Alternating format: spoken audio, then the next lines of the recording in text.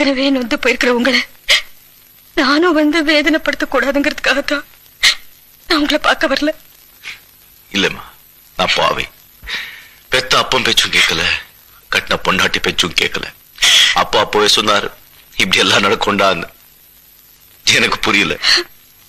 இப்ப புரிஞ்சுக்கிட்டேம்மா உலகம் என்னன்னு. ஆனா அது கொடுத்த வேலைதான் ரொம்ப ஜாஸ்தி ஆயிடுச்சுமா, ரொம்ப ஜாஸ்தி ஆயிடுச்சு. பரோதி, இது வரைக்கும் உலகம் பார்த்த தர்மம் வேற, இனிமே இந்த உலகம் பார்க்க போற தர்மனே வேற.